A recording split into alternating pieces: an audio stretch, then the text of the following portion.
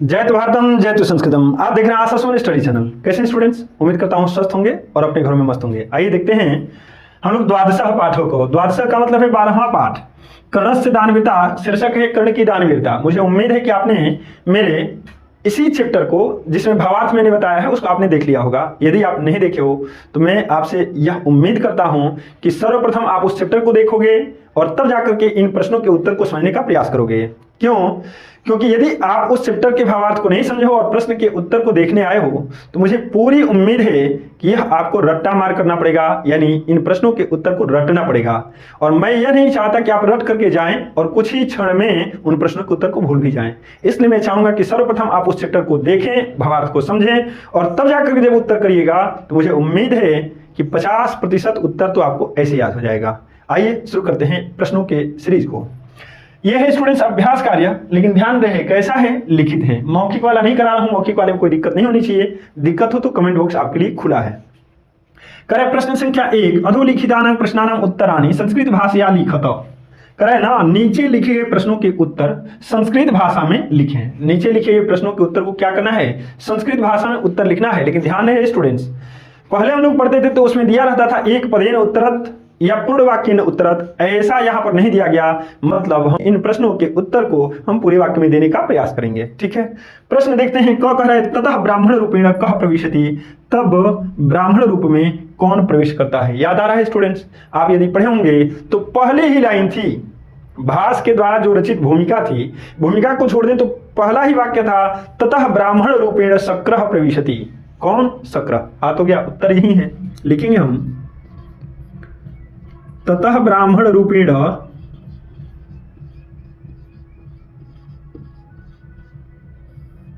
शक्रः प्रविशति।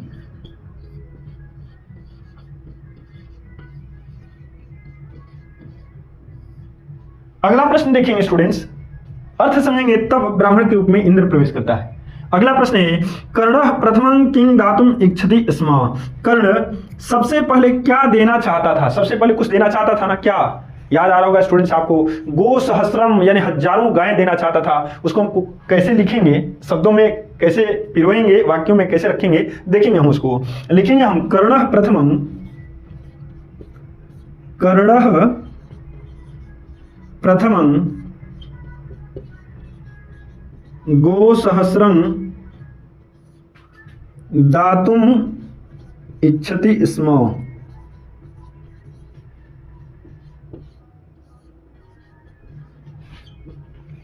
कर्णः प्रथमं गो सहस्रं दातुम इच्छति स्म। कर्ण पहले 1000 गायें देना चाहता था।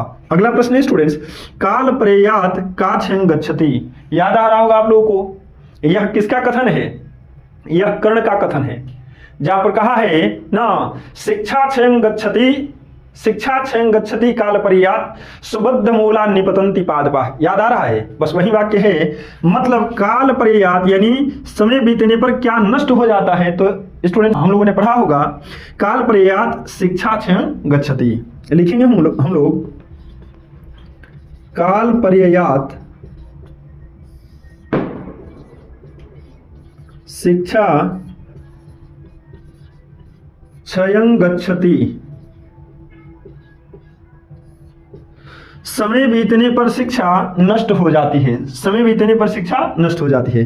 अगला प्रश्न है स्टूडेंट्स, घ कर्णः कस्य देशस्य राजा आसीत्।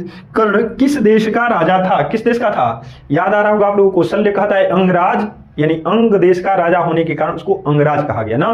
तो अंग देशस्य लिखेंगे। क्या लिखेंगे? कर्णः अंग देशस्य राजा आसीत्।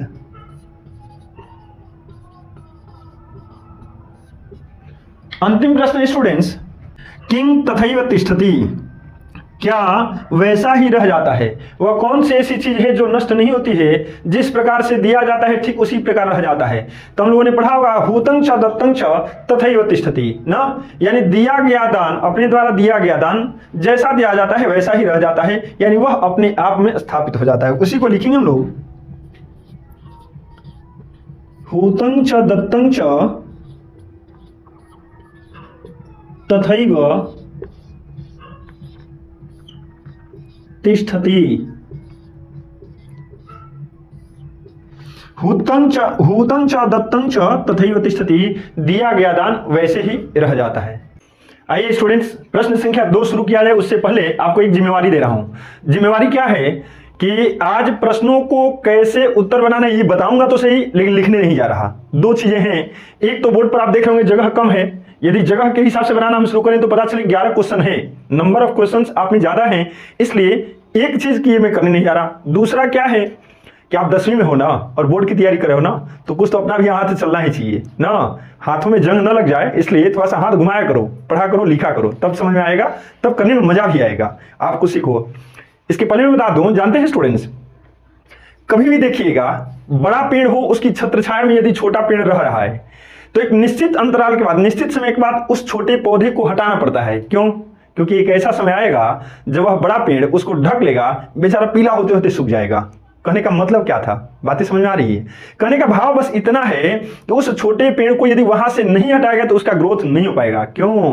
क्योंकि सूर्य की ताप, सूर्य की उष्मा, पानी, खनिज लवण उसको भरपूर मात्रा में नहीं मिलेगी। जब सूर्य की रोशनी में जलेगा ना तो उसका विकास संभव है। बस आपको वही बताना चाह रहा हूं। यदि सब कुछ मैं ही कर दूं बना बनाया ना, तो हो सकता है कि आप थोड़े पीछे हट जाओ ना।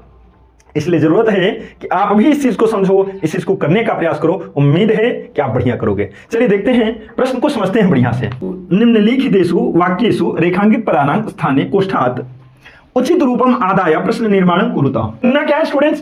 प्रश्न निर्माण करना है। क्या करना है? प्रश्न बनाना आता है। यदि आप प्रश्न बनाना सीख गए मतलब उत्तर देना सीख गए। बातें आ रही समझ? प्रश्न बनाना सीख गए तो उत्तर देना सीख गए। कैसे? पहले प्रश्न को पूरा पढ़ेंगे। निम्नलिखितेषु वाक्येषु, निम्नलिखित वाक्यों यानी नीचे दिए गए वाक्य, नीचे कुछ वाक्य दिख रहे होंगे आपको। रेखांकित पदानां स्थाने, रेखांकित पदों के स्थान पर, यानी कुछ ऐसे शब्द हैं जिसको रेखांकित किया गया उसके स्थान पर करना क्या है? कोष्ठात् उचित रूपम आदाय, कोष्ठक से उचित रूप लेकर, उचित शब्द लेकर प्रश्न निर्माण कुरुता, प्रश्न का निर्माण करिए। क्या करना है? नीचे कुछ वाक्य दिख रहे हैं, पूरा वाक्य छेड़छाड़ नहीं करना। करना क्या है कि नीचे जो वाक्य दिख रहे हैं उसमें कहीं अंडरलाइन होगा, रेखांकित शब्द होगा। रेखांकित शब्द के स्थान पर जो वाक्य दिया गया है उसके दाहिने साइड में आप देख रहे होंगे इधर कोष्ठक बनाया गया है। कोष्ठक में कुछ शब्द दिए गए हैं और प्रत्येक कोष्ठकों में 2-2 शब्द दिए गए हैं। उसमें से एक शब्द का चुनाव करना है कि कौन सा शब्द सही है, और कोष्ठक के शब्दों को जो रेखांकित शब्द है उसके स्थान पर रख देना है। काम खत्म। लेकिन हाँ, शब्दों का सही चुनाव होना चाहिए, क्योंकि 2 शब्द दिए गए हैं। यदि शब्दों का चयन आपने अच्छा नहीं किया तो हो सकता है कि वह उत्तर आपका गलत हो जाए। देखेंगे इन प्रश्नों का उत्तर कैसे हल करेंगे, कैसे देंगे, समझेंगे। क है ततः प्रविशति ब्राह्मण रूपेण शक्र, तब प्रवेश करता है ब्राह्मण के रूप में इंद्र। पहली ही लाइन थी जब नाटक प्रारंभ हो रहा था, उसमें सबसे पहले हम लोगों ने पढ़ा था कि तब ब्राह्मण के रूप में इंद्र प्रवेश करता है। अब समस्या है कि वहां पर हम कह का प्रयोग करेंगे या का? किसका? तो देखिए ये अंडरलाइन है ना, बस इसी शब्द के साथ आपको छेड़छाड़ करना है, बीच में किसी को नहीं छूना। अब शक्र है स्टूडेंट्स, ध्यान रखिएगा कि पुल्लिंग का शब्द है और आप मेरे चैनल पर पढ़े होंगे किम शब्द रूप। तो जब किम का आप पुल्लिंग रूप चलाते होंगे ना तो रूप चलता होगा कह कौ के। क्या चलता है? कह कौ के। कह आता है एक वचन में, और आप देखिएगा ध्यान से शक्र भी तो एक वचन में ही है ना, बस कह का प्रयोग करेंगे। यही कह आपका सही उत्तर है, इसी को लिखना है। लेकिन कैसे? देखिएगा, लिखेंगे हम ततः प्रविशति ब्राह्मण रूपेण कह, ततः प्रविशति ब्राह्मण रूपेण कह। अब देख क्या रहे हैं, जल्दी से पॉज करिए और इस वाक्य को लिख डालिए। और एक चीज अंत में ध्यान रखिएगा कि पूर्ण विराम की जगह पर आपको प्रश्नवाचक चिन्ह देना है। क्यों? क्योंकि प्रश्न का निर्माण कर रहे हैं ना, प्रश्न बना रहे हैं ना, तो प्रश्नवाचक चिन्ह होना चाहिए इस पूर्ण विराम के स्थान पर। बस आपका उत्तर हो गया। ऐसे ही करना है, इतना ही काम है आपका। तो कर लीजिएगा ना, कर लीजिएगा, एकदम करना पड़ेगा आपको, करिएगा आप ही। खा दिया है स्टूडेंट्स, महत्तरांग भिक्षांग याचे, महान भिक्षा की याचना करता हूं। अब यहाँ पर किम भरेंगे कि काम क्या भरेंगे? तो देखिएगा, भिक्षा शब्द रूप जब चलाएंगे स्टूडेंट्स, भिक्षा आकारांत स्त्रीलिंग का शब्द है। जैसे आप चलाते होंगे लता लते लता लताम लते लता, भिक्षा का रूप चलाइएगा भिक्षा भिक्षे भिक्षा भिक्षाम भिक्षे भिक्षा, ऐसे रूप चलेगा ना। तो आप देख रहे होंगे भिक्षाम शब्द आता है द्वितीय के एक वचन में। अब किम शब्द रूप चलाए स्त्रीलिंग में, क्योंकि स्त्रीलिंग का शब्द है। तो रूप चलाएंगे तो कैसे चलाएंगे? का के का, काम के का, काम काम क्या रहा है? काम। बस ये शब्द आपका सही उत्तर है। क्या होगा? काम। लेकिन कैसे बनाएंगे? देखिएगा, महत्तराम काम याचे, महत्तराम काम याचे। आ रही बात समझ में? आगे देखिए स्टूडेंट्स, ग कह रहा है मुहूर्तकं क्षीरं पीवामी, कुछ क्षण दूध पीऊंगा। कम की किम, कम की किम, कम काहे भरेंगे जी? कम शब्द जो है वो पुल्लिंग का है, द्वितीय एक वचन का है, हमको कोई मतलब नहीं है। हमको किससे मतलब है? क्षीरम से। क्षीरम स्टूडेंट्स याद रखिएगा नपुंसक लिंग एक वचन का शब्द है, प्रथमा विभक्ति एक वचन का शब्द है और प्रथमा एक वचन नपुंसकलिंग में किम आता है। क्या आता है? किम। लिखेंगे हम मुहूर्तकं किम पिबामि, मुहूर्तकं किम पिबामि, अंत में प्रश्नवाचक। प्रश्नवाचक चिन्ह आपको भूलना नहीं है, ठीक है ना। आगे घ कर सुबद्ध मूला पादपा निपतंती, मजबूत जड़ वाले पौधे गिर जाते हैं, मजबूत जड़ वाले पौधे गिर जाते हैं। क्या भरेंगे? पादपा के जगह पर आप बताइए क्या भरेंगे? अरे समझ में नहीं, किम शब्द रूप पढ़िए पहले जाकर के, तब समझ में आएगा। और यदि आप पढ़े होंगे तो आप बता रहे होंगे आंसर।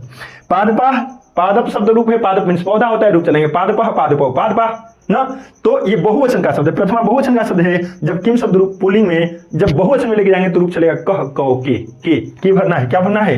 के, यानी यह उत्तर आपका सही उत्तर है। क्या भरेंगे? सुबद्ध मूला के निपतंती, सुबद्ध मूला के निपतंती, अंत में प्रश्नवाचक चिन्ह। अंतिम देखेंगे स्टूडेंट्स, कर जल स्थानगतं जलं शुष्यति, जल एक स्थान से दूसरे स्थान पर जाने पर क्या होता है? सूख जाता है। जलंग शब्द देखिए अंडरलाइन छूट गया है जी, अंडरलाइन करिए इसको। हाँ गड़बड़ हो जाता ना, गड़बड़ हो जाता। जलंग, जलंग नपुंसकलिंग प्रथमा विभक्ति एक वचन का शब्द है और नपुंसकलिंग प्रथमा एक वचन में किम शब्द रूप किम ही बनता है। क्या बनता है? किम। रूप चलता है किम के कानी, किम के कानी ना, तो किम यहाँ पर भर देंगे, काम खत्म। जल स्थान गतम किम शुष्यति, अंत में प्रश्नवाचक चिन्ह। अब बताइए कोई दिक्कत है? कोई दिक्कत नहीं, आगे बढ़े। चलिए प्रश्न संख्या 3 की तरफ चलते हैं। करे अधोलिखितानां अव्यय पदानां सहायतया रिक्त स्थानानि पूर्यत, नीचे लिखे गए अव्यय पदों के अव्यय शब्दों की सहायता से, नीचे लिखे गए अव्यय शब्दों की सहायता से रिक्त स्थानों को भरे या रिक्त स्थानों की पूर्ति करें। कोई दिक्कत नहीं, आगे देखिए। अव्यय शब्द स्टूडेंट्स यहां पर दिए गए च, एव, अपि, यदि, इव। 5 अव्यय शब्द दिए गए हैं और 5 ही वाक्य आपको नीचे दिख रहे होंगे, 5 ही फिल इन द ब्लैंक्स दिख रहे हैं। यहां तक तो ठीक ठाक। समस्या कहां पे आती है जानते हैं? समस्या जब भी ऐसे प्रश्नों को आप बनाने जाते हो तो हमारे बच्चे यानी आप लोग करते क्या हो? सीरियल वाइज देखना शुरू करते हो। पहले कवे बनाएंगे च न, एव न, अपि न, का होगा जी, का होगा जी, जा, ध्यान में नहीं आया। गड़बड़ हो रहा है ना, उसी गड़बड़ी को दूर करना है। करना क्या है? ध्यान किया स्टूडेंट्स, कुछ ऐसे प्रश्न आते हैं जहां पर मिलान करना हो, जहां पर भी मिलान करना हो, जहां पर भी फिल इन द ब्लैंक्स हो, जहां पर ऑप्शन वाली बात आ जाए, तो ध्यान रखिएगा कि सबसे पहले उन प्रश्नों को हल करना है जो प्रश्न आप खूब बढ़िया से जानते हो। अंग आ रहा है, अंग बना देंगे, पहले जो आ रहा हो वो बनाएंगे। चलिए मान लीजिए ये हमको ध्यान में नहीं आ रहा, छोड़ देंगे हम। ये भी ध्यान में नहीं आ रहा, छोड़ देंगे। ये हमको थोड़ा थोड़ा समझ में आ रहा है, दिमाग में थोड़ा थोड़ा आ रहा है। सूर्य, सूर्य खाली स्थान नहीं पता, तिष्ठतु ते यशः, तुम्हारा यश स्थापित हो, तुम्हारा यश, यानी सूर्य की तरह तुम्हारा यश फैले। की तरह एक शब्द है, की तरह, की तरह के लिए कौन सा शब्द याद आ रहा हो? ईव होता है। क्या होता है? ईव। अब देखेंगे ईव कहीं है का जी? ईव, अरे हाँ मिल गया, ईव, ईव, इसको यहां पे भर देंगे।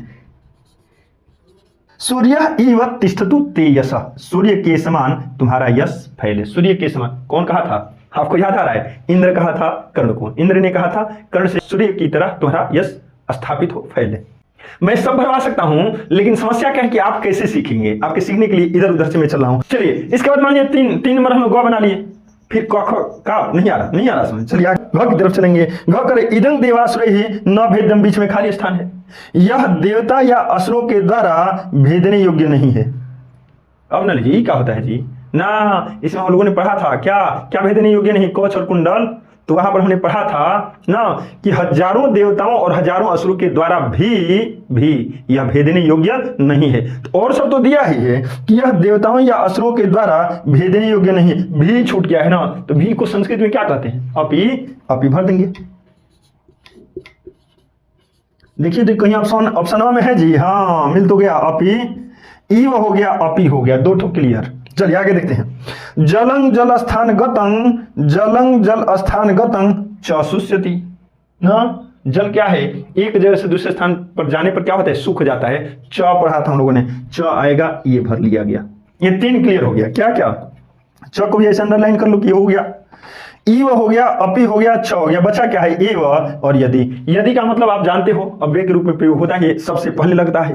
एव का अर्थ ही भी होता है और एव का अर्थ कहीं कहीं प्रश्नवाचक भी दिया जाता है, कहीं कहीं वाक्य के अनुसार। देखते हैं 2 वाक्य दिया गया है। खाली स्थान न वक्षे मूढ़ इति मांग परिहोति। जब 3 आपने बनाया ना, हो सकता है कि आपको 1-2 का प्रश्न आपके ध्यान में भी आ जाए।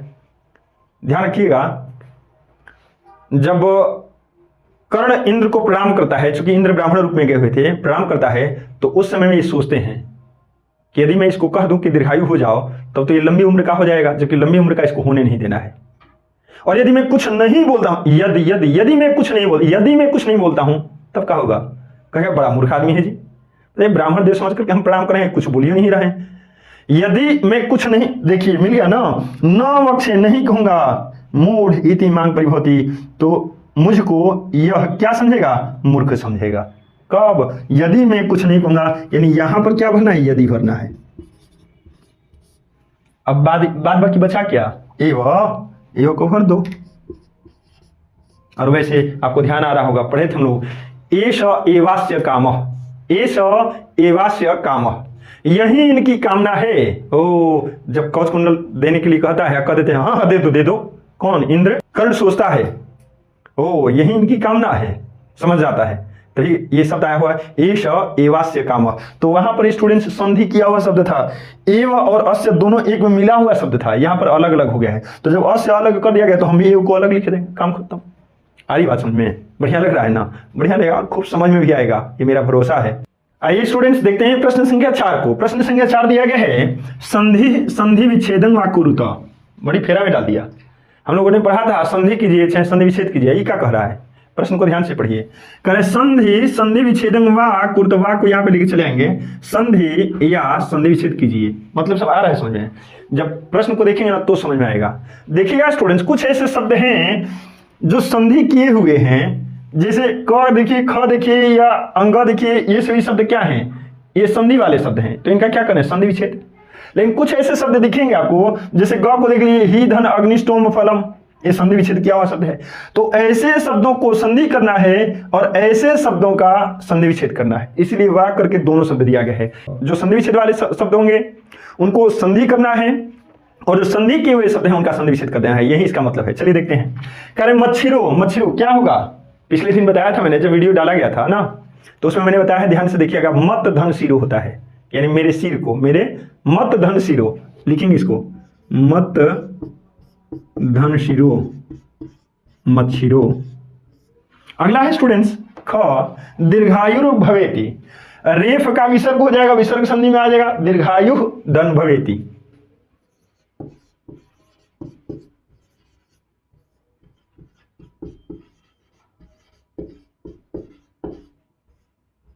दीर्घायु धन भवेति। आगे दिया है स्टूडेंट्स, ग देखेंगे हम लोग, ही धन अग्निष्टोम फलम, ही धन अग्निष्ट, ही को जोड़ देना है। ऐसा एक बार एक शब्द मिला था, आप जब पाठ को पढ़िएगा तो ऐसा एक शब्द मिला है, बाद बाकी फिर सब में अग्निष्टोम आया है, लेकिन एक में जोड़ करके आया है। तो ये क्या हो जाएगा? देखिएगा यहां पे लिख रहा हूं मैं, ही अग्निष्टोम फलम,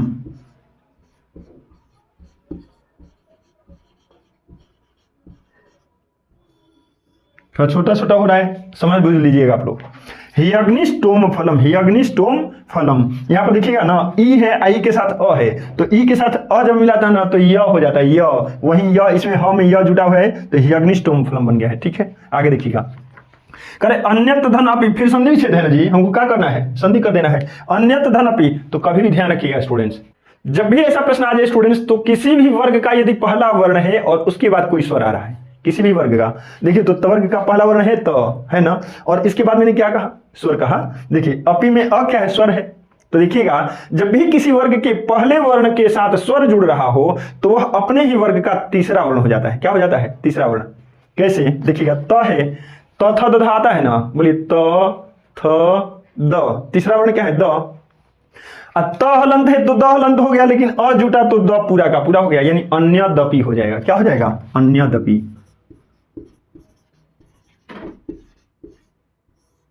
हालांकि वर्णों के अनुसार आप देख रहे होंगे तो कह रहे होंगे, सोच रहे होंगे सर त हलंत में तो न बनेगा। हाँ बिल्कुल, यदि आप वर्ण में जाएंगे तो त हलंत धन अ त बनेगा, पूरा त, स्वरयुक्त त। लेकिन यदि आप संधि विच्छेद की बात करेंगे तो त हलंत में यदि अ आ गया तो त हलंत अ द में बदल जाता है। इसको ध्यान रखिएगा, ये व्यंजन संधि के नियमों में आता है। आगे है स्टूडेंट्स, कृष्णस्योपाय, तोड़ेंगे हम इसको तो हो जाएगा स्टूडेंट्स, कृष्णस्य धन उपाय। क्या हो जाएगा स्टूडेंट्स? कृष्णस्य धन उपाय बराबर कृष्णस्य उपाय। ठीक है, आगे देखते हैं, सह धन अपि जब जोड़ेंगे तो सो अपि हो जाएगा। क्या हो जाएगा? सो अपि बीच में अग्रह चिन्ह का प्रयोग आपको करना होगा, ध्यान रखिएगा। आगे दिया है स्टूडेंट्स सहैव, तो ये तो आसान है, शायद आप लोग भी बना रहे होंगे। सह धन एव बराबर सहैव, सह धन एव बराबर सहैव। ये वाला थोड़ा सा बड़ा है, तो ध्यान रखिएगा स्टूडेंट्स। धिक धन अयुक्तम धन अनुशोचितम, याद आ रहा है आपको? अभी मैंने क्या समझाया था अन्यदपि में? अन्यदपि में क्या समझा था? देखिए, कवर्ग का पहला वर्ण क हलंत आ गया और बाद में क्या दिख रहा है? अ दिख रहा है। अ क्या है जी? अ क्या है? तो आपका जवाब आ रहा है स्वर है सर। मैंने यही तो बताया था कि किसी भी वर्ग के प्रथम वर्ण के साथ यदि स्वर आ रहा है तो वह अपने वर्ग का क्या हो जाता है? तीसरा वर्ण हो जाए, यानी ग में बदल जाएगा। तो क्या बनाएंगे हम? धीग युक्तम, धीग युक्तम नुशोचितम।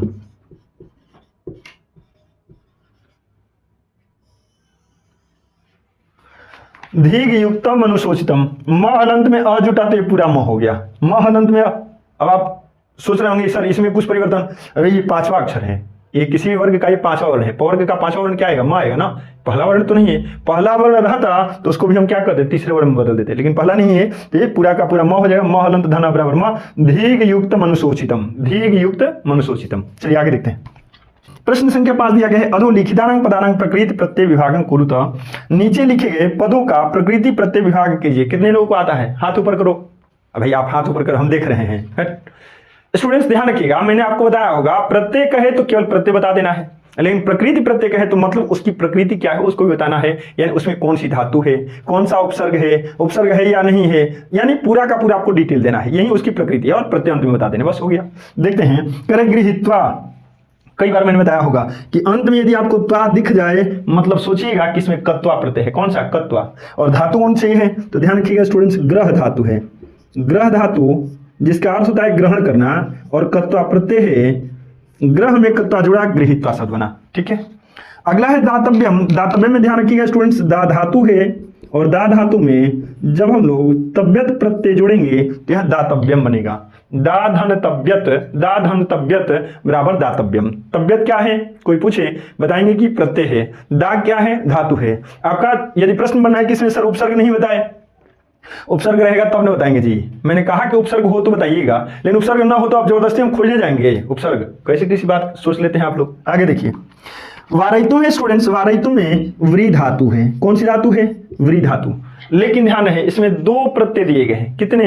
दो प्रत्यय। एक तो ऋच प्रत्यय है। कौन सा? ऋच। और दूसरा स्टूडेंट्स तुमुन प्रत्यय है। कौन सा? तुमुन प्रत्यय। मैंने पहले कभी बताया होगा कि अंत में यदि तुम दिख जाए तो समझना कि तुमुन है। आपके ऑब्जेक्टिव प्रश्न में, वैकल्पिक प्रश्न में भी पूछा जा सकता है कि वारयितुम में अंतिम प्रत्यय कौन सा है, और 4 ऑप्शन दिया गया उसमें तुम दिया गया हो, तो मुझे पता है आप लोग जल्दी से जल्दी तुमको टिक आउट कर दिएगा। तुम नहीं, तुमुन खोजना है। तुमुन कहां पर है? तुमुन जब दिख जाए ना उसको आप टिक आउट करिएगा।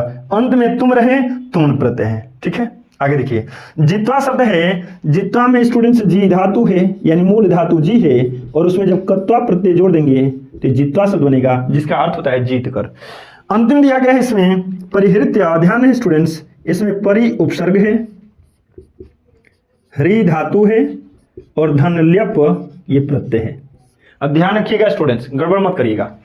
यहां पर भी परि ह्री ल्यप और यहां पर व्री ऋच तुमुन, 3 इसमें भी 3 इसमें भी अंतर है, लेकिन दोनों में यहां पर स्टूडेंट्स व्री धातु है और ऋच तथा तुमुन ये दोनों के दोनों प्रत्यय है।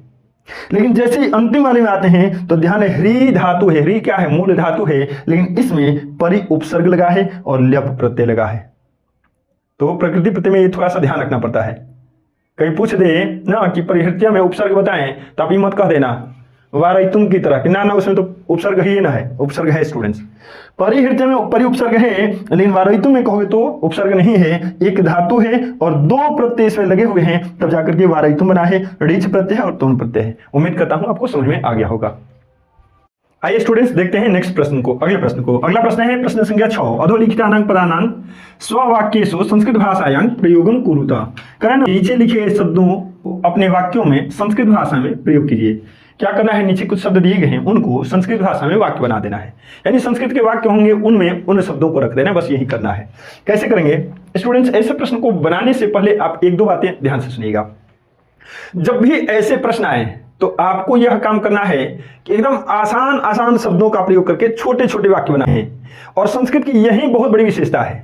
आप हिंदी में चले जाओगे तो पता चलेगा 100 से 150 शब्दों में आप उत्तर दोगे और पता चलेगा कि 5 नंबर 4 नंबर मिलेंगे। और यदि यहां पर एक प्रश्न का 1 अंक या 2 अंक भी दिया गया है ना, और 3 ही शब्द का एक वाक्य बना दो, 3 शब्द का 2 शब्द का एक वाक्य बनाओ, आपको पूरे के पूरे अंक मिलेंगे। हाँ, अशुद्धि नहीं होगा तो यह प्रयास होना चाहिए ना कि अशुद्धि नहीं हो, लेकिन छोटे से छोटे और आसान से आसान शब्दों में आप उन वाक्यों को बनाने का प्रयास करें। वैसा ही मैं भी बनाऊंगा ताकि आप आसानी से याद कर पाओ।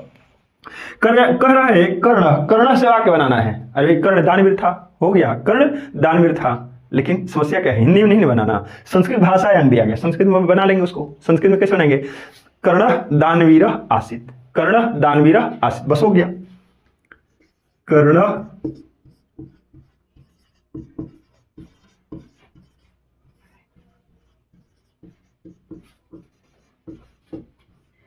कर्ण दानवीर आसीत, कर्ण दानवीर था, वाक्य हो गया। 3 शब्द में आपका वाक्य क्लियर। और मेरा यह दावा है कि जितने अंक का होगा ना, उसमें 1 अंक, हाफ अंक कोई काटने वाला नहीं है। बस शुद्धि पर आपको ध्यान देना है। अगला है क्षीरम, बनाएंगे हम। सह क्षीरं पीबती, वह दूध पीता है। रामा क्षीरं पीवती, राम दूध पीता है। मोहना क्षीरं पीवती, मोहन दूध पीता है। गीता क्षीरं पी, बताओ ना कितने सारे वाक्य, बहुत सारे वाक्य बना सकते हो। कम से कम में और सरल से सरल शब्दों का प्रयोग करना है। अगला है अश्व। देखो देखो, अभी मैंने कहा था कि 2 ही शब्द में वाक्य बनाओ ना, क्या दिक्कत है। देखो ये 2 शब्द में बनने को दिया है, 2 शब्द में बनेगा। अश्व से अश्व धावती,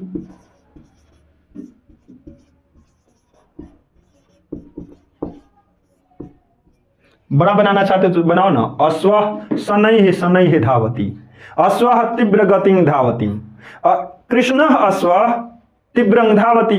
काला घोड़ा का मतलब है, इतना बड़ा बड़ा बनाने का कोई मतलब नहीं बनता, छोटा बनाओ, बढ़िया बनाओ।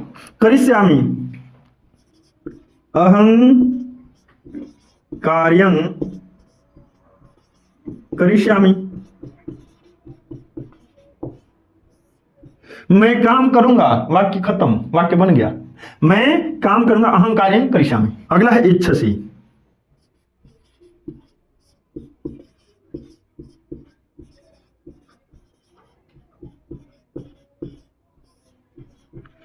इच्छसी से बनाना है। इच्छसी का मतलब होता है चाहते हो। सी का प्रयोग तुम के साथ किया जाता है, तुम आ गया, तुम किंग इच्छसी, तुम क्या चाहते हो। लेकिन ध्यान रहे यहां पर पूर्ण विराम मत कर देना, फिर गड़बड़ हो जाएगा ना, प्रश्नवाचक करना है। क्यों क्यों, क्योंकि किम का प्रयोग है, तुम क्या चाहते हो, किम किम प्रश्नवाचक शब्द है, प्रश्नवाचक शब्द आ गया, प्रश्नवाचक चिन्ह का प्रयोग कर देंगे, यही करना है आपको। आइए मेरे प्यारे बच्चों, देखते हैं प्रश्न संख्या 7 को। प्रश्न संख्या 7 दिया गया है, अधोलिखित पदेषु मूल शब्दम विभक्तिं वचनं च लिखता। करें ना, नीचे लिखे गए शब्दों में मूल शब्द, विभक्ति और वचन लिखें। यानी कुछ शब्द दिए गए हैं जिसका आपको मूल शब्द बताना है, यानी किस शब्द से वो शब्द बना है, उसमें विभक्ति कौन सी ये बताना है, और किस वचन में है ये आपको बताना है। उदाहरण देखिए आपके बुक में है, जगह के अभाव में यहाँ पे नहीं लिखा मैंने, देखिएगा। डियर स्टूडेंट्स, यथा में जैसे उदाहरण में तीन दिया गया है, मूल शब्द क्या है, तत् है, विभक्ति कौन सी तो तृतीय, और वचन कौन सा तो एक वचन। ऐसे ही करके आपको बताना है, उदाहरण के माध्यम से इसमें समझा दिया गया। अब इसको कर लीजिए बंद, कॉपी को खुला रखिए, लिखना प्रारंभ करिए और समझते भी चलिए। पृथ्व्या, यानी पृथ्व्या शब्द किस शब्द से बना है, तो ध्यान है स्टूडेंट्स, पृथ्वी शब्द से बना है। किससे, पृथ्वी। मूल शब्द क्या है, पृथ्वी है, और विभक्ति इसमें कौन सी है, तो षष्ठी विभक्ति है। वचन कौन सा है, तो ध्यान है स्टूडेंट्स, एक वचन है, एक वचन हम लिखेंगे हम लोग। रूप चलाने नहीं आ रहा, कोई बात नहीं, घबराए नहीं, मेरे चैनल के साथ जुड़े हैं तो सारी सुविधाएं आपको दी जाएंगी। सुविधाओं में क्या है, नदी शब्द रूप जाइए देखिए, नदी शब्द रूप, नदी शब्द रूप दीर्घ इकारांत में है, और पृथ्वी शब्द भी दीर्घ इकारांत में है। देख रहे हैं ना, दीर्घ की मात्रा, दीर्घ इकारांत शब्द है, तो उसमें जब आप पढ़ेंगे तो षष्ठी विभक्ति में रूप चलता है नद्याः नद्योः नदी नाम। क्या चलता है, नद्याः नद्योः नदी नाम, बस उसी की तरफ पृथ्वी का रूप चला दीजिए। पृथिव्याः पृथिव्योः पृथ्वी नाम ना, शब्द क्या है, पृथिव्या है ना, बस पृथ्वी कौन सी विभक्ति, षष्ठी विभक्ति, कौन सा वचन, एक वचनम। ठीक है, आगे देखेंगे। सूर्य ही शब्द है स्टूडेंट्स, सूर्य शब्द से बना है। किससे, सूर्य शब्द से, जिसका अर्थ देवता होता है, और ये तृतीया बहुवचन का शब्द है, तृतीया बहुवचनम।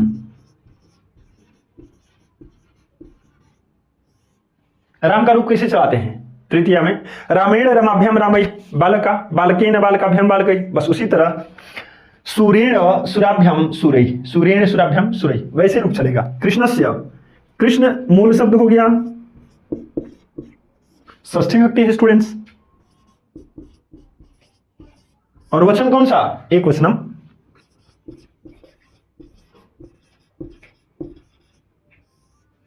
शायद हमारे कुछ बच्चे कंफ्यूज हो रहे होंगे, सर षष्ठी का एक वचन इहो है, षष्ठी का एक वचन इहो है, तो ये पृथिव्या है तो वो षष्ठी एक वचन है, कृष्ण से है तब भी षष्ठी एक वचन है। अरे काहे ऐसे प्रश्न करते हो जी? ऐसे प्रश्न नहीं करना। आप मेरे अच्छे बच्चे हो, समझदार हो, फिर भी ना समझ वाली बात करते हो। पृथिव्या किसमें है? दीर्घ ईकारांत में है ना, स्त्रीलिंग शब्द रूप है। और कृष्ण से की बात करेंगे तो स्टूडेंट्स ये अकारांत शब्द है। कृष्ण, कृष्ण किसमें आएगा? अकारांत में आएगा, और एक पुल्लिंग में आएगा, तो दोनों में अंतर नहीं है। कहाँ एक अकारांत, कहाँ एक ईकारांत, कहाँ एक पुल्लिंग, कहाँ स्त्रीलिंग, तो अलग अलग तो चलेगा। आगे देखिएगा, देहेषु दिया है स्टूडेंट्स, तो ध्यान रहे ये देह शब्द से बना है। मूल शब्द पूछा जाए तो क्या है? देह है, लेकिन विभक्ति कौन सा? तो सप्तमी। और वचन बहुवचन लिखेंगे हम, बहुवचनम। ऐसे ही करके सब बनाते चलेंगे। वृक्षात है तो वृक्ष मूल शब्द हो गया, विभक्ति कौन सी? तो पंचमी। वचन कौन सा? एक वचनम।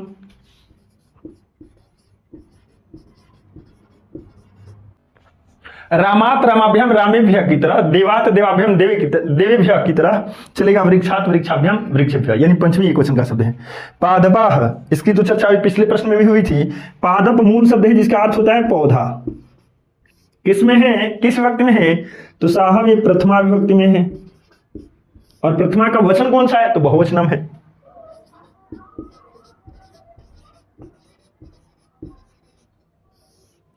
आगे देखिएगा स्टूडेंट्स, अगला शब्द है जलम। जलम के लिए एक बात ध्यान रखिएगा कि ये नपुंसक लिंग का शब्द है, और नपुंसक लिंग के शब्द जब भी आएंगे 95 से 99% याद रखिएगा कि जो प्रथमा वाला रूप चलता है वही द्वितीय में भी चलता है। जैसे धन का रूप चले, धनम धने धनानी, ये प्रथमा में हो गया, तो द्वितीय में बस वही चला दो ना जी, धनम धने धनानी। जल का चलाना है, जलम जले जलानी, तो द्वितीय में भी क्या हो जाएगा? जलम जले जलानी। पुस्तक का चलिए, पुस्तकम पुस्तके पुस्तकानी प्रथमा में, तो द्वितीय में क्या? वही सेम, कोई दिक्कत ना है। तो इसमें स्टूडेंट्स ध्यान रखिएगा, जलम में मूल शब्द क्या है पूछा जाए तो जल है, लेकिन विभक्ति कौन सी? तो आप चाहे प्रथमा बताओ तब, या फिर द्वितीय बताओ तब।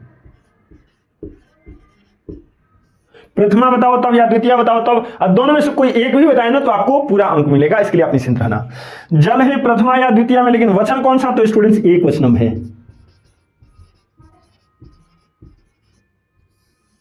अगला शब्द है स्टूडेंट्स भिक्षाम। भिक्षाम शब्द में मूल शब्द भिक्षा हो गया, भिक्षा। किस विभक्ति में है? तो स्टूडेंट्स याद रखिएगा द्वितीय विभक्ति में है, द्वितीय विभक्ति में। और वचन कौन सा? तो ध्यान है लता रूप की तरह, लताम लते लता, यानी द्वितीय का एक वचन है, लिखेंगे एक वचनम। आगे देखेंगे स्टूडेंट्स, तो अगला शब्द है पुरुषेण।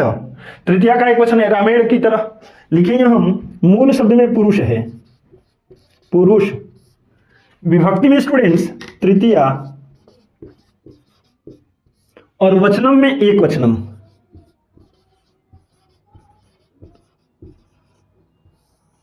इस प्रश्न के अंतिम लाइन को देखेंगे, अंतिम शब्द को देखेंगे, दिया है धर्म, मूल शब्द धर्म हो जाएगा। विभक्ति की बात करेंगे स्टूडेंट्स तो प्रथमा विभक्ति है, और वचनम की बात करेंगे तो एक वचनम है।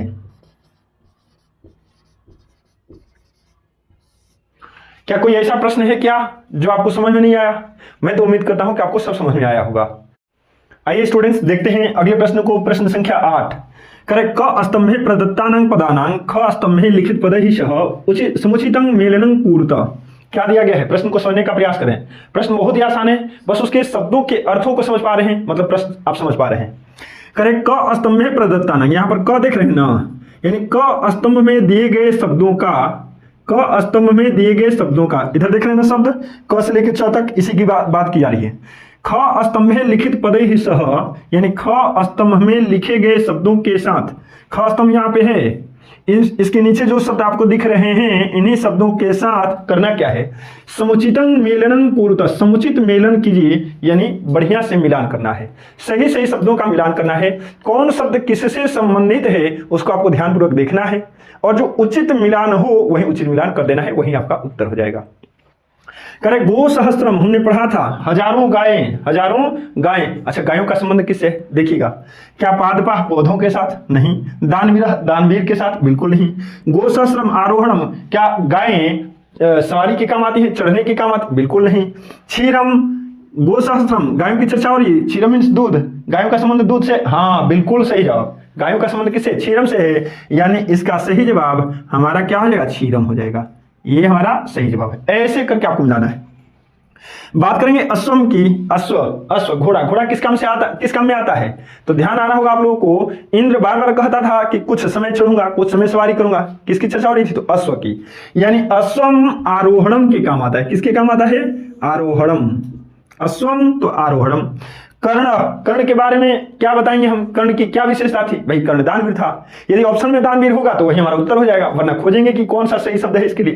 कर्ण, हाँ जी दानवीर दिया गया है, वाह, यही हमारा उत्तर हो जाएगा, कर्ण तो दानवीरा। सुबद्ध मूला, यानी मजबूत जड़ वाले। मजबूत जड़ वाले क्या होते हैं जी, पौधे होते हैं, पौधे पढ़े होंगे आप। तो मजबूत जड़ वाले तो देखिए पादपाह यहां पे दिया गया, यानी सुबद्ध मूला का मिलान किससे करेंगे, पादपाह से कर लेंगे। आगे दिया है महतराम, महतराम यानी बहुत बड़ी, कुछ मांगने गया था इंद्र कर्ण से, कुछ मांगने, बहुत बड़ी भिक्षा चाह रहा था। महतराम के साथ देखिए भिक्षाम का मिलान करेंगे तो बिल्कुल सही जाएगा। और स्टूडेंट्स सक्र, वो तो देवता थे ना जी, इंद्र देवता थे, तो क्या देवता के ही रूप में चले गए थे, नहीं, ब्राह्मण का वेश धारण करके गए थे। और उसके लिए एक शब्द आता है संस्कृत में ब्राह्मण वेशधारी, वही शब्द दिया गया है यहाँ पर, मिलान कर देंगे सक्र का ब्राह्मण वेशधारी। इसमें कोई दिक्कत नहीं ना, आगे बढ़े, बिल्कुल कोई दिक्कत नहीं आएगी स्टूडेंट्स। तो प्रश्न संख्या 9 कह रहा है अधोलिखितानि रेखांकित पदानि बहुवचने परिवर्तित, नीचे लिखे गए रेखांकित शब्दों को बहुवचन में बदलिए। कुछ वाक्य दिए गए हैं, उन वाक्यों में कुछ शब्द ऐसे हैं जो रेखांकित हैं, अंडरलाइन किए गए हैं, उन्हीं शब्दों को उठाना है और करना क्या है, उन शब्दों को बहुवचन में बदल देना है। इसका मतलब है कि वे शब्द या तो एक वचन में होंगे या फिर द्विवचन में होंगे, क्योंकि संस्कृत में तो 3 वचन चलते हैं, आपको भी पता होगा, एक वचन, द्विवचन और बहुवचन। तो या तो ये एक वचन में होंगे या द्विवचन में, उसको क्या करना है, बहुवचन में बदल देना है। लेकिन ध्यान है केवल रेखांकित शब्द को ही बदलना है, बाद बाकी शब्द जैसे है वैसे रख देंगे। इदम अपि श्रूयताम, अपि श्रूयताम में कोई परिवर्तन नहीं। परिवर्तन किसमें, इदम शब्द में, इदम का रूप चलाएंगे, इदम इमे इमानी रूप चलता है, इदम इमे इमानी बनाएंगे हम, इमानी अपि श्रूयताम।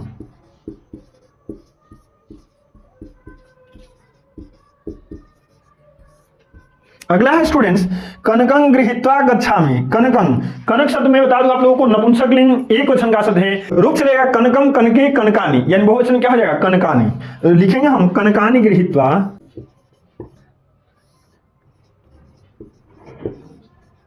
कनकानी गृहीत्वा गच्छामि।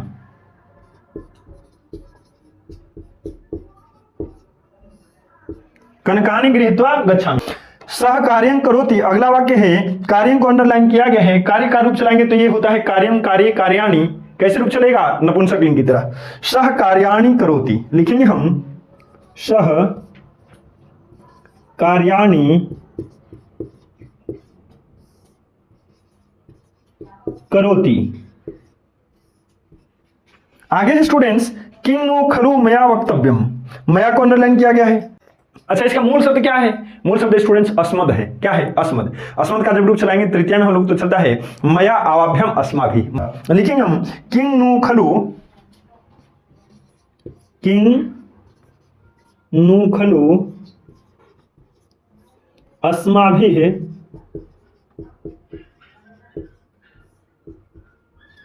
वक्तव्यम। और स्टूडेंट्स इस प्रश्न का यानी प्रश्न संख्या 9 का अंतिम वाक्य दिया गया है इदं पुरुषस्य कार्यम, इदं पुरुषस्य कार्यम। ध्यान है पुरुषस्य को टिक आउट किया गया है, पुरुषस्य का रूप चलाएंगे तो पुरुषस्य पुरुषयोः पुरुषाणाम, यानी षष्ठी के बहुवचन में पुरुषाणाम हो जाएगा। लिखेंगे हम इदं पुरुषाणाम कार्यम।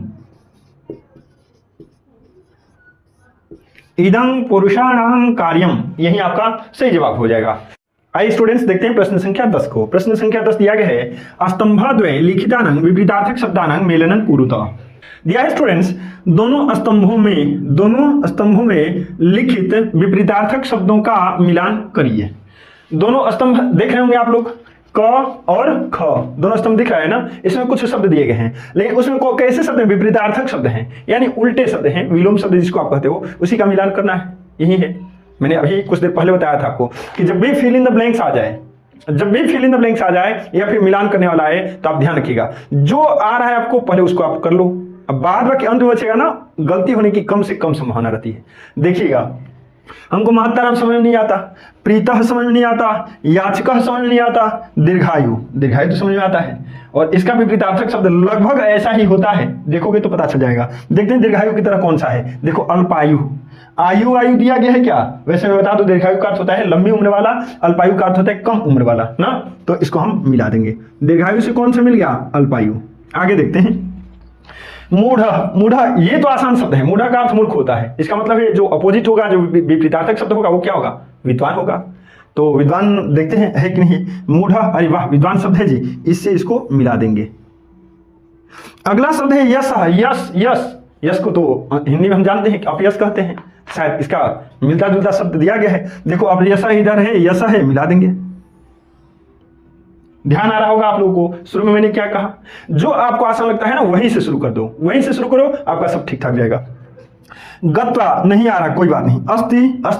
अस्थि मतलब है, ये तो कई बार पढ़े हम लोग। मतलब क्या है? अस्थि है तो नास्ति नहीं है, न धनस्थि होता है। देखेंगे क्या वैसा शब्द है क्या। अब मान लो नास्ति का अर्थ हमको नहीं पता, अस्थि पता है, तो अस्थि में अंत में सत संयुक्त है ना, हर्ष की मात्रा। देखेंगे वैसा है क्या। अस्थि को छोड़ो ना, अ को छोड़ दो, ऐसा कोई शब्द दिख रहा है क्या अंत में? तो देखो नास्ति, यहां पर अस्थि नास्ति, मिला देंगे। बहुत सुंदर माय डियर स्टूडेंट्स। अब थोड़ा बहुत मिलाने का प्रयास करेंगे कि कौन किससे मेल खाता है। जैसे महत्तराम को देखो, राम अंत में दिख रहे हैं जी, और राम इधर दिख गए, ठीक है ना। राम में राम को मिला दो, महत्तराम लघुत्तराम, बड़ा सुंदर है जी। प्रीतः का अर्थ यदि आपको पता है तो ठीक है, नहीं तो याचकः को पहले बना लेते हैं। याचकः आपने सुना होगा, ये दरवाजे पे कोई याचना कर रहा है, कोई भीख मांगने, कोई कुछ मांग रहा है का। याचक मतलब मांगने वाला। मांगने वाले का अपोजिट क्या? देने वाला। देने वाला तो दाता होता है ना। अरे वाह, मिल गया शब्द। दाता इधर याचकः, मिला देंगे। याचकः का क्या हो गया? दाता हो गया। देखोगे कुल 8 दिए गए, 1 2 3 4 5 6 7 8, जिसमें हमने बना लिया 1 2 3 4 5 6 खूब आसानी से बन गया। बाद बाकी बचा कितना? 2। कितना बचा? 2। और देखिए बचा क्या है? प्रीतः, और दूसरा क्या बचा है? तो गत्वा मीन्स जाकर होता है, गत्वा मीन्स जाकर। तो सीधी सी बात है, ये तो ही कत्वा प्रत्यय लगा है। इसका मतलब है कि इसका जो अपोजिट शब्द होगा ना, उसमें भी कहीं ना कहीं प्रत्यय जरूर दिख रहा होगा। क्या दिख रहा होगा? प्रत्यय दिख रहा होगा। आज शब्द ध्यान रखिएगा कि 2 ही बचे हैं, एक तो दुखिता और दूसरा क्या? तो आगत्य। अरे वाह, इसमें प्रत्यय दिख रहा है, ल्यप प्रत्यय है, ल्यप प्रत्यय ना। देखिए गत, तो गत दिया भी, थोड़ा बहुत मिल भी रहा है, मिला देंगे इसको। देखिए गत्वा से आगत्य को मिला देंगे। वैसे मैं बता दूं आप लोग को, गत्वा मीन्स जाकर होता है ना, तो आगत्य मीन्स आकर होता है। देखो अपोजिट भी हो रहा है। और अंतिम में बचा प्रीतः, तो प्रीतः को दुखिता से मिला देंगे, हमारा काम खत्म। अब ऐसे जानकारी के लिए मैं बता दूं कि प्रीतः का अर्थ होता है स्टूडेंट्स प्रसन्न, और दुखिता का अर्थ दुखी। तो प्रसन्न का अपोजिट क्या होगा? सुख का उल्टा क्या होता है? दुख होता है। सुख जब होता है तो आदमी प्रसन्न होता है, दुख होता है तो दुखित होता है आदमी। प्रीतः का क्या हो जाएगा? दुखिता। कहीं कोई दिक्कत हुई तो कभी भी स्टूडेंट्स इसको ध्यान रखिएगा कि जब भी आप ऐसे प्रश्नों को सॉल्व कर रहे हैं तो जो आ रहा है, जितना आ रहा है, पहले उससे शुरू करेंगे, और अंत में जो ऑप्शन बाकी बचेंगे वो आपके लिए आसान हो जाएगा। समय भी बचेगा और आपका उत्तर भी सही होगा। और लगातार यदि शुरू से बनाने का प्रयास, महतराम कौन होगा जी, कौन होगा जी, कौन, बड़ा समय लग जाएगा, ठीक है, और गलती होने की भी ज्यादा संभावना रहेगी। इस पाठ के अंतिम प्रश्न को देखते हैं। दिया गया निम्नलिखितेषु उपदेशु प्रयुक्तांग विभक्ति लिखत, नीचे लिखे गए पदों में प्रयुक्त विभक्ति को लिखें। यानी अभी इसके पहले हम लोगों ने पढ़ा था ना, विभक्ति भी लिखना था, वचन भी लिखना था, मूल शब्द भी लिखना था, यानी एक तरह से हम कह सकते हैं कि उन शब्दों का पद परिचय बताना था। लेकिन इसमें क्या करना है? केवल विभक्ति लिखना है, इसलिए मैंने इसी में दे दिया, ठीक ना। तो देखिएगा अंग ही शब्द है, अंगेन अंगाभ्याम अंगई, तृतीया के बहुवचन का शब्द है, लेकिन बहुवचन वगैरह नहीं बताना है, खाली तृतीया लिखेंगे, काम खत्म। ये किस विभक्ति में है? तृतीया में है। प्रीत्या, अरे वाह, ये भी तृतीया में है। नद्या नदीभ्याम नदी भी की तरह प्रीत्या कर देंगे, तृतीया। तृतीया विभक्ति है। कोई पूछ दे कौन सा वचन, एक वचन बताइएगा, यहाँ पे नहीं लिखना है। अस्य, अस्य स्टूडेंट्स षष्ठी का शब्द है। संशय की बात करेंगे, संशय ये हो जाता है स्टूडेंट्स प्रथमा में। बात करेंगे पृथ्व्या की, तो अभी कुछ देर पहले हम लोगों ने पढ़ा है षष्ठी विभक्ति एक वचन का शब्द है, मूल शब्द पृथ्वी, उतने की आवश्यकता नहीं, केवल षष्ठी लिखेंगे हमारा काम खत्म। अगला शब्द है स्टूडेंट्स देहेशु। देहेशु में ध्यान रखिएगा स्टूडेंट्स सप्तमी विभक्ति है। कौन सी? सप्तमी। और अगला शब्द है गजम। गजम का अर्थ स्टूडेंट्स हाथी को होता है, और जैसे ही को लगा हमको समझ में आ गया को, अच्छा जी ये तो द्वितीय विभक्ति का चिन्ह यानी कर्म कारक का चिन्ह, कर्म कारक के लिए द्वितीय विभक्ति का प्रयोग करते हैं, यानी द्वितीय होगा इसमें। बहुत सुंदर जवाब। रुकिए रुकिए रुकिए, बंद करने जा रहे हैं क्या? ना ना, अभी बंद मत करिए। मैं आपकी जानकारी के लिए बता दूं, इसमें कुछ इंपॉर्टेंट टॉपिक्स हैं, आप निकालेंगे इसको जहां पर खत्म हो रहा है, यहां पर आप देखेंगे ना तो कुछ चीजें दी गई हैं जो आपके लिए बड़ा इंपॉर्टेंट है, और इससे स्टूडेंट्स में बता दूं प्रश्न पूछे जाते हैं। तो आप फाइनल एग्जाम देने जा रहे हैं तो इसमें रिस्क नहीं लेने का, इसमें रिस्क नहीं लेने का। तो देख लेंगे एक नजर में इसको। आप अपने बुक को खोलिए, मैं पढ़ रहा हूं, अर्थ को समझा रहा हूं, समझ में आ जाए तो बढ़िया, अन्यथा आप कमेंट बॉक्स में लिखने का प्रयास करिएगा। यह है महाभारतम धार्मिक ऐतिहासिक ग्रंथ अस्ति। महाभारत धार्मिक और ऐतिहासिक ग्रंथ है, ये तो हम लोगों को पता है। वैसे मैं जब इस पाठ को पढ़ा रहा था तो मैं कह रहा था कि ये एक अपने आप में ऐतिहासिक पाठ है, क्योंकि इतिहास से संबंध रखता है। तो ये क्या है? ऐतिहासिक भी है और धार्मिक भी है। अस्मिन् ग्रंथे भरतवर्षीयानां कौरवानां पांडवानां च चरितम वर्णितमस्ति। करें कि इस ग्रंथ में भरतवंशीय कौरवों और पांडवों का चरित्र वर्णित है, मतलब उन कौरवों और पांडवों के चरित्रों का वर्णन किया गया है। ग्रंथस्यास्य, अस्य ग्रंथस्य हो जाएगा, ग्रंथस्य धन अस्य यानी अस्य ग्रंथ। इस ग्रंथ के विकासस्य त्रीणि सोपानानि सन्ति। इस ग्रंथ के विकास के 3 सोपान हैं। मतलब ध्यान रखिएगा स्टूडेंट्स, इसको समयानुसार ना अलग अलग नामों से जाना जाता है। सबसे पहले ध्यान रखिएगा स्टूडेंट्स कि इसका नाम जय था, जय कहते थे हम लोग। महाभारत को किस नाम से जानते थे? जय, जय नाम से जानते थे। संस्कृत नाम पूछेंगे तो जय हो जाएगा। और उस समय में स्टूडेंट्स इसके श्लोकों की संख्या 8800 थी, यानी 8800 थी। फिर थोड़ा सा और विकास हुआ, कुछ अलग लेखक आए, उनमें क्या क्या श्लोकों को बढ़ा दिया, और तब वही ग्रंथ अब जय नाम से नहीं किस नाम से जाना जाने लगा? भारतम नाम से। और जब तक वह भारत बना, उसका विकास हुआ, वह ज्यादा पॉपुलर हुआ, तो उसका नाम भी बदल गया, उसका नाम क्या पड़ गया? भारतम। लेकिन उस समय में श्लोकों की संख्या 24000 हो गई थी। कितनी? 24000। और वही ग्रंथ फिर एक बार ऐसा आता है जब अपनी समृद्धि की ओर बढ़ता है, और उसमें श्लोकों की संख्या 24000 से भी उठ करके 1,00,000 हो जाती है, 1,00,000। तो उस समय में इसका नाम भारत से बदल करके क्या रख दिया जाता है? महाभारतम।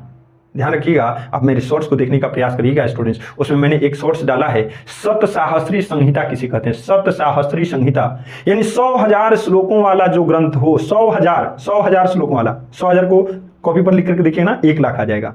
अब वही संख्या यहाँ पर दी भी गई है 1,00,000, लेकिन संस्कृत की भाषा है तो वहां पर उसको पूछा जाता है सप्तसाहस्री संहिता किसे कहते हैं? वो मैंने कराया है, महाभारत को कहा जाता है।